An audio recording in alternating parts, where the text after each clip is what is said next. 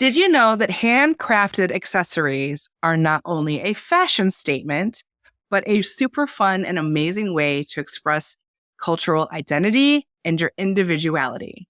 Welcome to another exciting episode of Spark and Ignite Your Marketing. I'm your host, Beverly Cornell, and today we have the pleasure of introducing Tonya Cross, the founder of Accented Glory. Tonya is a pharmacist by profession, but her passion for creating unique, handcrafted fashion accessories led her to start Accented Glory over a decade ago. Specializing in cowrie, shell, and African print designs, Tonya's work has gained recognition for both its beauty and its cultural significance. Welcome, Tonya. I'm so happy to have you here. And I'm excited to be here. Thank you for the invite. I'm so excited to learn. I love how people can come from like a pharmacist to creating jewelry. This is like the beautiful thing about being a business owner. Definitely a leap. Yeah, that journey is like something else. So tell me about how your business got started and what were like some of the light bulb moments for you that it wasn't supposed to be about pharmaceuticals and pharmacy. It was supposed to be about jewelry and cultural identity and individualism, which I think is amazing. Oh my goodness. It all started from a need. I had a need. I was having a hard time finding natural hair accessories. And it was just like, my friend was like, Tonya, you know what? You've been making things all your life. Why don't you just make it? And I was like, you know what? I think I will. So I took her advice and started making it because I was having a hard time finding natural hair-friendly hair accessories. Okay. So that's where it all started. Yeah. So natural hair is its own journey, period. We have been foster care parents and have had some African-American children. And I tell you what, I learned a whole lot. Like I have natural curly hair, but it's a whole nother level to take really good care of natural hair, but also to style it and to express who you are in that. And there is a whole expression in hair for the African-American community. So I think it's such an important part of that community, the different styles and what they mean. I mean, there's like just this layer upon layer of history and richness in it. I love that you went to have this beautiful. So tell me a little bit about cowrie. What's specific about cowrie and why you went that direction? Okay. Cowrie shells have African roots. So that I think was initially my attraction because I just loved the seashell. And then once I did more research about the seashell and the history behind it, I was like, okay, now I understand my attraction. Now I understand my love for it. But the cowrie shell is the first form of money known to mankind. So what they used to do is like string the cowrie shells. So depending on how many shells was on the string, it was equivalent to a monetary value. So people would use that in exchange for products and for services. And then I learned that the cowrie shell is a gift, believed to be a gift from the African water goddess, Mami Wata. So a lot of people, there's a lot of spirituality, a lot of deity type things around the cowrie shell. And plus, because the way it looks, there's a lot of femininity as well. Yeah. And so what I got into the history of the shell and started learning more about the shell, it really resonated with me. So then creating things with it became like innate for me. It was just like a second nature for real. Yeah. Is there a certain part of Africa where the shells are more prevalent? Now, that's a good question. I don't know the answer to that. Okay. I don't know the answer. Okay. I wonder if it was like East Coast, West Africa is huge. So I don't like. Correct. Yeah. Okay. Not sure. But I would assume the Western Coast because a lot of the places where I can get the shells are located there. Okay. So I'm just assuming that. I don't know if that's, I'm making that assumption. Well, maybe if one of our listeners knows, they can put it in the chat and let us know. That's amazing. Okay. Okay. So about 10 years ago, you made this transition from pharmacy to doing jewelry and hair accessories and other items. Is there a favorite item that you like to make? Oh, I think it's a favorite, but I'm going to just share. My new bag is leather. I just started working with leather, and the leather is handbags. The handbags have my attention now because my designs include hair accessories, jewelry designs, and handbags. Handbags have my attention, but my favorite hair accessory is my headband design, for sure. So who are your typical customers then? I'm assuming that there is a lot of diversity for sure, but it's a lot of diversity. It's a lot of diversity. One of my features, and I keep learning about the diversity of who's attracted to my designs through the features I receive and being highlighted, because one of my features was Martha Stewart shop. Like she had the online shop where she featured Etsy finds or Amazon finds or something like that. And I was like, not my atypical. I started incorporating it into my content because I was like, this is a way for me to market to a different audience that I never really considered for my brand. And then also another feature that I had was Good Housekeeping.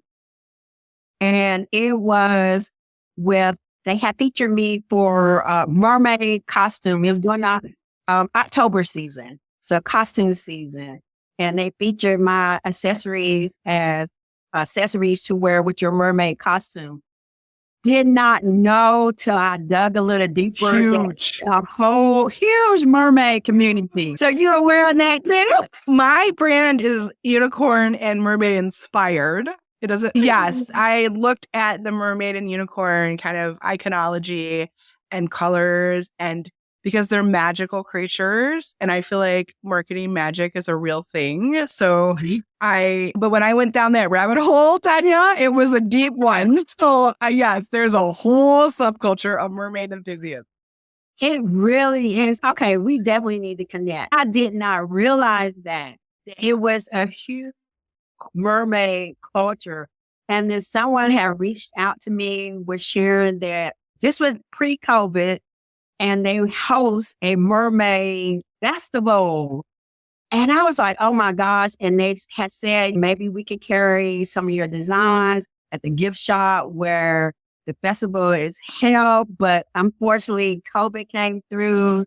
So it fell through. But I was shocked at how huge that culture is. It's fun. Yeah. It's fun.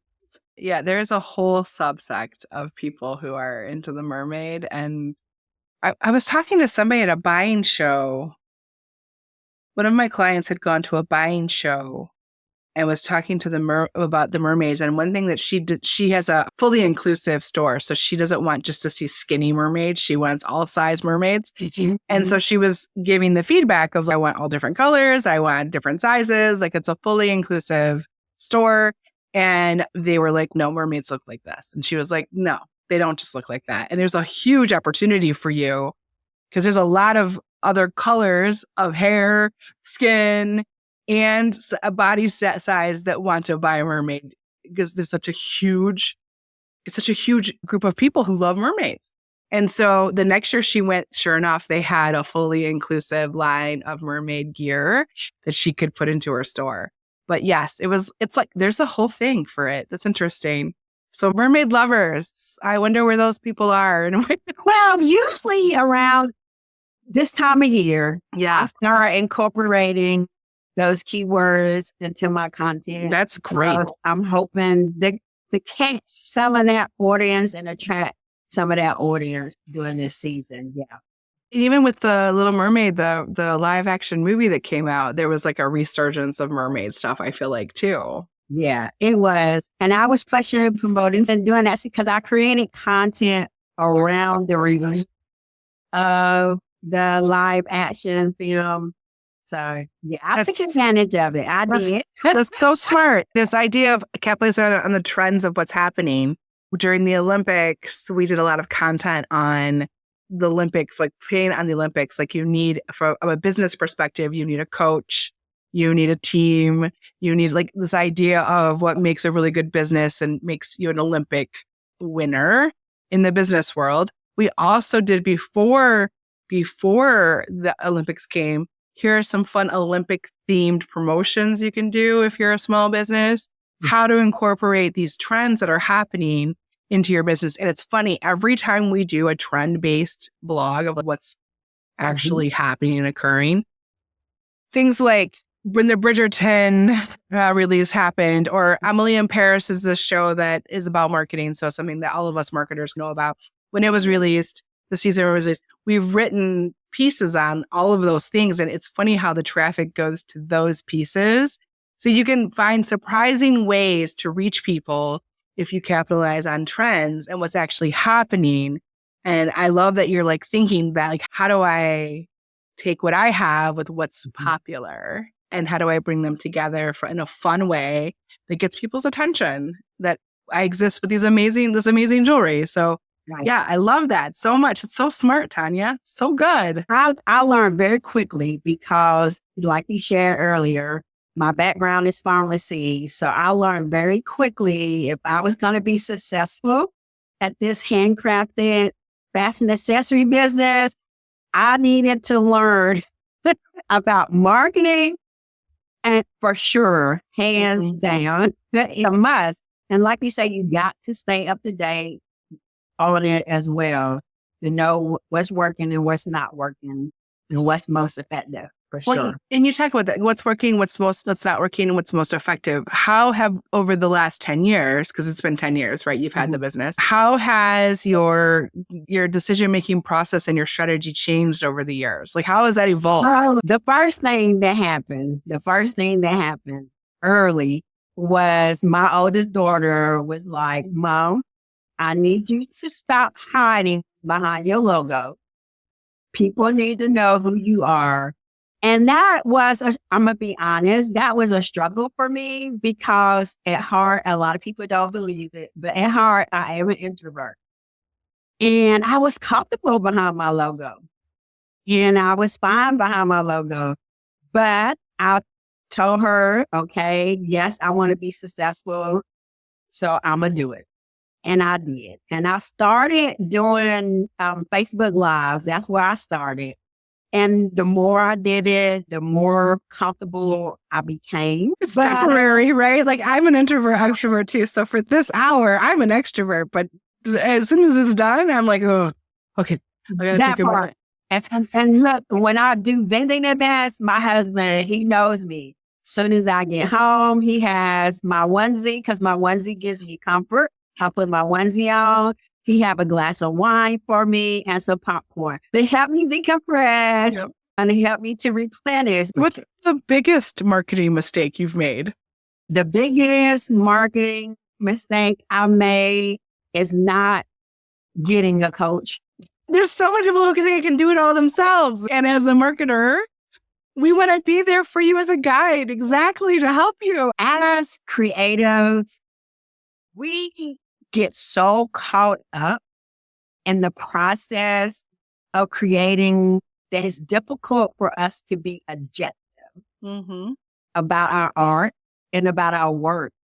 And because I can give, like a friend, I can give them amazing advice on marketing, how to do it and what to do, and they have success. But when it comes to myself, it's not happening. There's something real about doing the thing for yourself versus doing the thing for your clients, your customers, whatever, taking care of what you need for your business. Recently, I heard the phrase, instead of the cobbler kids have no shoes, I want to have Louis Vuittons. That's the kind of marketing I want to have. So that has reframed how I invest in the marketing for my own company, let alone for my clients. Because if I can create a case study of doing the Louis Vuittons and the success we've had, then this makes sense for us to talk about that with our customers. Right. So instead of, there is something to be said about that. Like, it's really hard to do for yourself. It's so easy to do for others because you are not objective. You're too close to it. You're too in it. You're in the weeds, Tonya. So yes, what you're saying is completely true. And you are not alone in this process. There's a lot of you out there who are the same way, feeling the same way. Mhm. But yeah, that's definitely hands down my biggest mistake. I wish I would have done it earlier, but timing is everything. Timing is everything. Lesson learned. And now I can give that advice to others. Just go ahead and do it. Just do it. I did not pay Tonya to say that, just so we're all clear. This message is brought to you by Tonya Cross. So what are some of the marketing success stories you've had? Like I love the idea of the mermaid. I love the idea of looking at like Good Housekeeping and Martha Stewart and shifting and pivoting as you learn there was an opportunity there. Has there been one marketing tactic or strategy that's been really powerful for you in your business? Yes.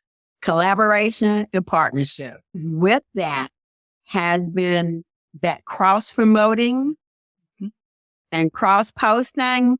It's a win for everybody involved, especially everybody hold out their end of the deal for sure, because what you're doing, you're tapping into their audience and they're tapping into yours and just increasing your reach, your brand reach. And it's incredible when it's the right fit and the right people, it works. It really works. Yeah. Give us an example of a partner that has worked really well for you. Okay, this is one of my examples. I have several, but I'm gonna just share one. Okay. I partnered with a synthetic wig company called Quartz de Lock. Initially, when I thought about it, I don't know, but because I had this long-term relationship with this sister duo, they started a synthetic wig company because one of the sisters is a cancer survivor. So when she was looking for a wig, she had natural hair. So it's natural, curly, kinky, coily hair.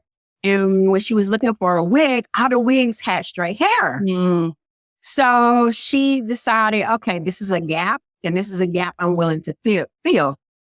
So they started out with medical wigs. Then they transitioned to business to consumer wigs. So when they was looking at the mannequins, these wig mannequins, they was like, oh, the necks look naked.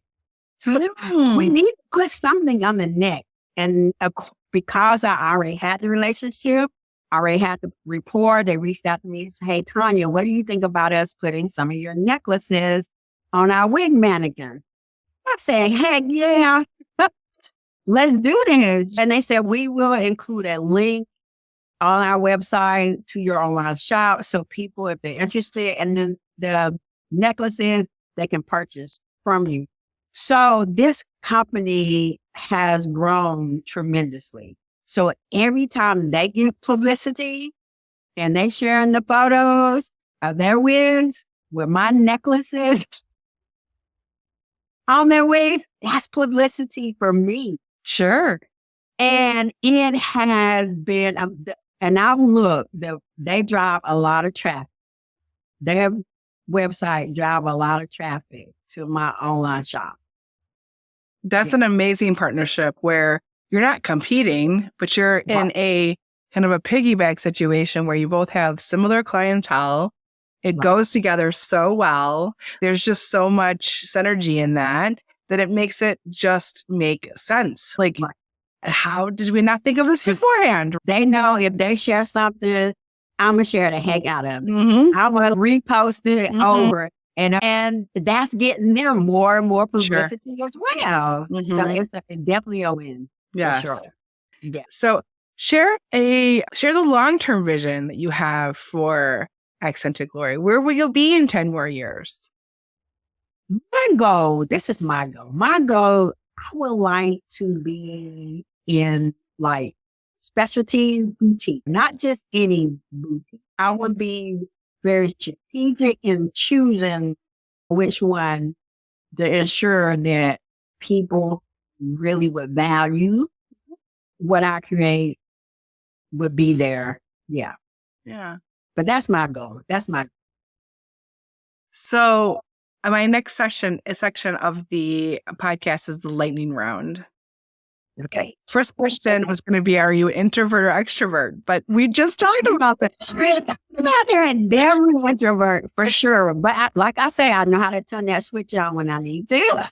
So the popcorn, the onesie, and the wine are the things that refuel you. Yes, for sure.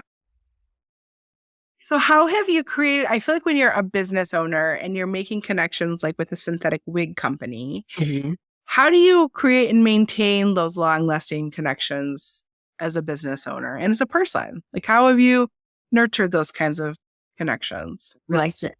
I regularly check in on people. Just this week, I selected 10 people that I decided I'm going to reach out to them, say, hi, I'm just checking in. Are you good? And you'll be amazed. Everybody responded. You responded. And these are business connections. These aren't people that I know personally because my immediate family and circle, of course, I check on them regularly. But these are business associates. And they was like, Tonya, you just don't know how much this meant to me that you took the time to reach out to me to see if I was okay. So I make that a habit. I try to at least once a month reach out to 10 business associates and say, hey, I'm just checking in. I'm not trying, no selling, no pitching, no nothing, just checking in. That's kind. That's just a kind thing to do. Yeah. Yeah. If Accented Glory had a voice, what word or emotion would resonate from its core? The word is alignment. That's the word, because I feel like when we're in alignment, then things, the universe give us opportunity, the universe open doors, but we have to be in alignment, in agreement with the universe or whatever higher being that you believe in and support. So I'm going to say align. If you had to look at you have a pharmacy background too, but if you looked at all the books, any of the podcasts, the videos, the trainings, the courses, maybe other business people who has left like that indelible mark on Tonya, like you live your life differently because of them. Is there one or two of those that you could share with us? The book would be Who Owns the Ice House? And this is a book that I am currently a part of an artist cohort. And the theme of this artist cohort is to get us as artists to start thinking about business and establishing a business mindset. Because like I said earlier, we as creatives, we so caught up in the creative process that I don't want to say forget the business part, but we'd rather do the creative part and not the business part, because it's definitely something that needs to be done. And that book has really shifted my mindset as an artist in business, because it's helped me to have a business mindset when it comes to my art. Is there any other books or a people? Has anybody else, helped inspire you? I would say my oldest daughter has inspired me, because she's not only her own business owner, but she's a mom of 2 littles. And just seeing her, because it's not a balance, how she prioritizes. I've learned from her that sometimes some things take priority over others, because I used to seek a balance, and then I realized balance doesn't exist.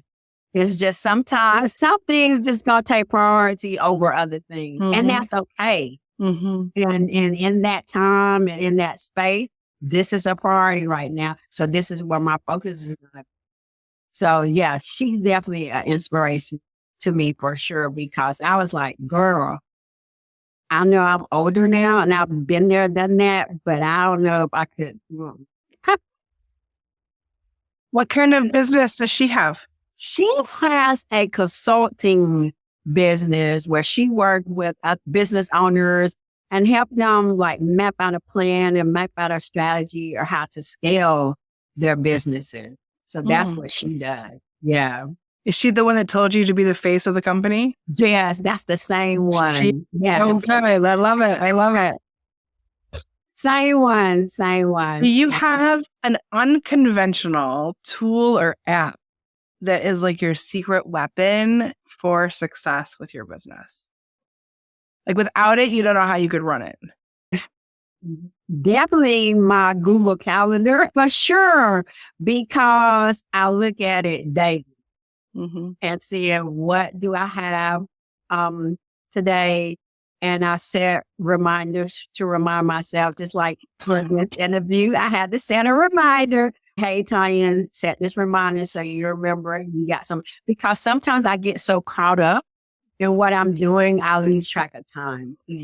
Oh, that's a creative soul problem. Like I'll get down a rabbit hole with video editing or something. But I think it's also part of when you love what you do.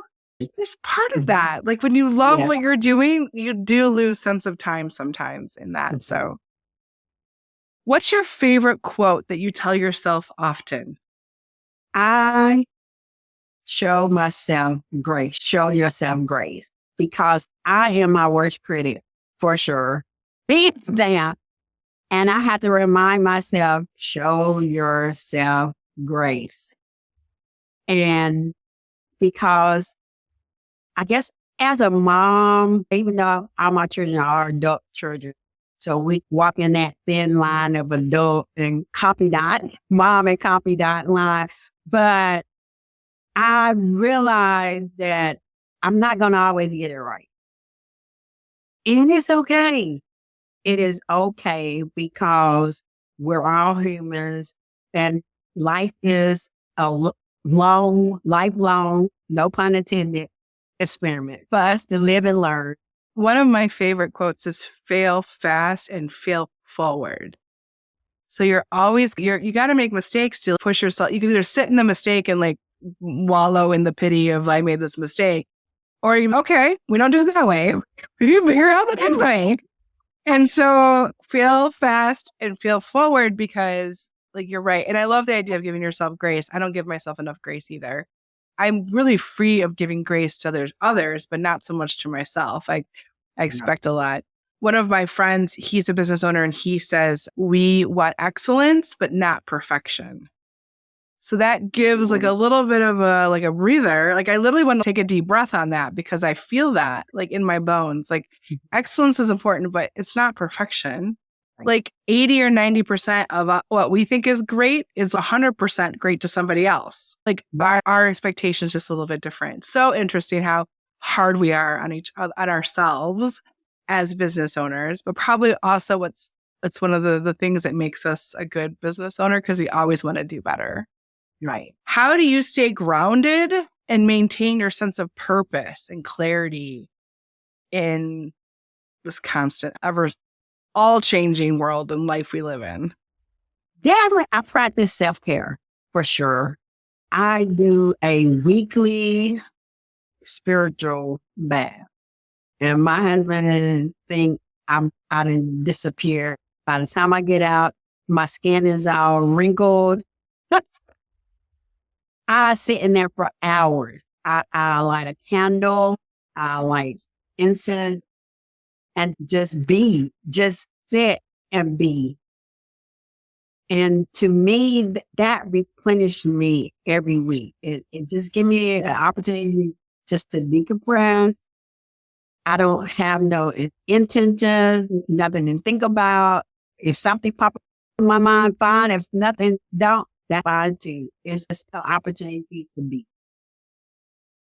If accented glory was an animal in the animal kingdom, what creature would it be and why? Think it would be the first creature came to mind was a cheetah. And why did that come to mind first? I would guess because they're exquisite and also fast.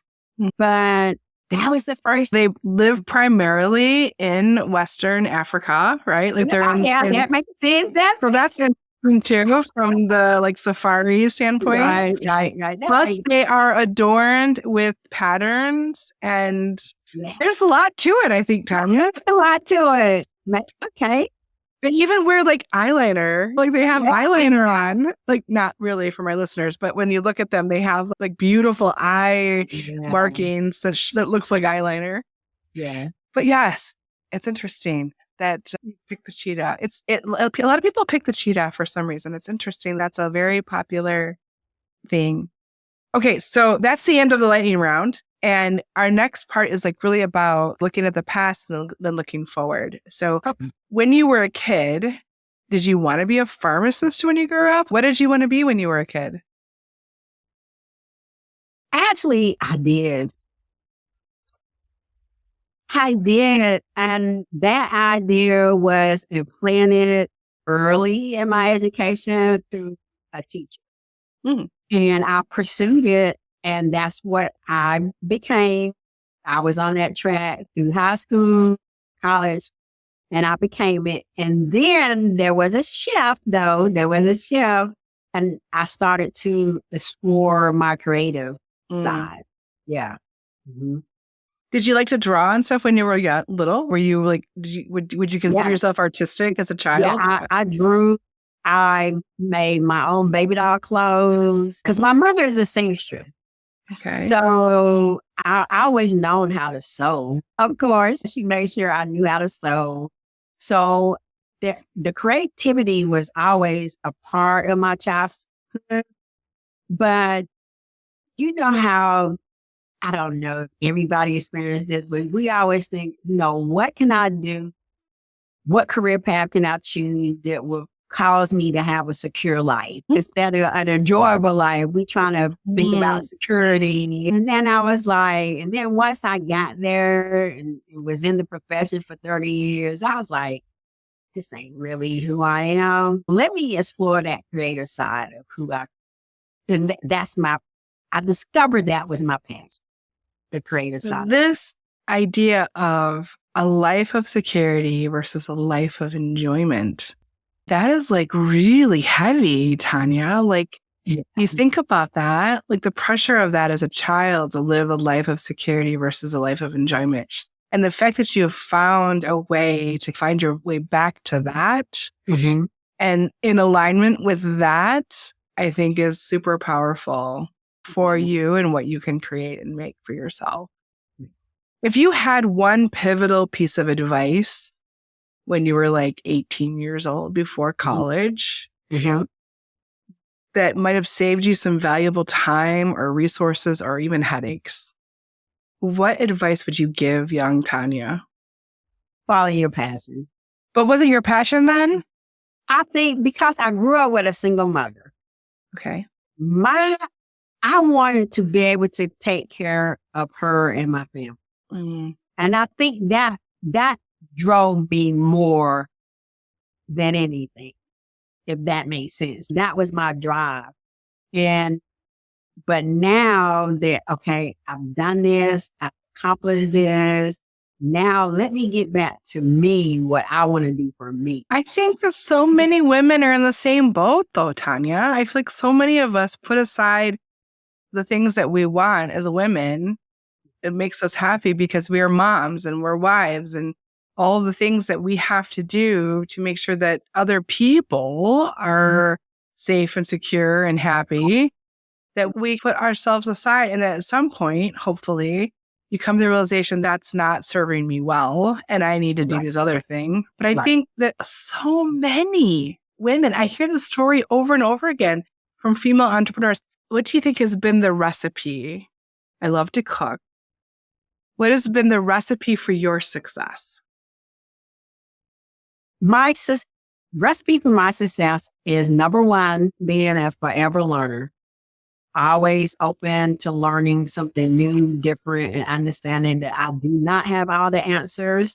And it's okay to seek out those who do have the correct answers, their specialty, optimize their specialty. Number two, I've already shared this as well. collaborations and partnerships. You do not have to go this alone. You can collaborate and partner with other people. You can do it alone, but you'll go a lot farther if you partner and collaborate with others. That would take you a lot farther. And thirdly, being genuine to who you are. Don't try to change who you are to accommodate people. If people aren't willing to receive you as you are, then they're not you. That's the secret ingredient, is you. Yes. Only you can make that. Mm-hmm. Only you. It's like your secret ingredient. So yes, be authentically you, always, for sure. Always. If you had one actionable tip to give a budding entrepreneur or someone who's listening today, maybe needs that one little push to do that next thing or whatever, what is the one tip that you want someone to know or to try at the end of this podcast, that they push stop and then they go and do this thing? What would be the thing you tell them to do? The thing that I would tell them to do, because I'm real big on relationships, figure out who within your network that you can partner with or collaborate. Because we all have a network, and just reach out to them. Take that step. Say, hey, I think you'll be a great person for me to partner with, to collaborate with. I don't really know what that looks like right now, but can we just sit down and have a conversation? Mm-hmm. Maybe we can brainstorm together and figure out what we can do and how we can help each other scale our businesses. Have that conversation. Okay, so before we go, Tonya, share where our listeners can learn more about Accented Glory and keep up with your latest projects. Okay. I'll make it very easy for people to find me. My handle is the same across the board. It's Accented Glory, which is my brand name. And my website is www.accentedglory.com. And just scroll down to the footer and you can find all my things that I do. My books, my ebooks, everything. Yeah. Is that the footer? Thank you, Tonya, for sharing your experience, your journey, and some tips with us today. It's really been fun having you on the show today. Thank you. I enjoyed myself too. I love having this conversation. And I hope I've said something that's going to be something that your listeners can use and put into practice. Oh, your insights have been great. I'm sure my listeners will be able to take some of those strategies and tips and enhance, or even to enhance their fashion sense. Might help them on their entrepreneurial journey and look really cute at the same time. So I love that. So to our listeners, I really, truly hope that you found this episode as fun and as enlightening as I did. And remember, you can implement any of these insights into your business. Don't hesitate to reach out to Tonya or to myself if you have any further questions or need assistance. I would love for you to stay tuned for more inspiring conversations and actionable tips to ignite your marketing journey and spark your business growth on future episodes of the Spark and Ignite Your Marketing podcast. Until next time, keep sparking and igniting.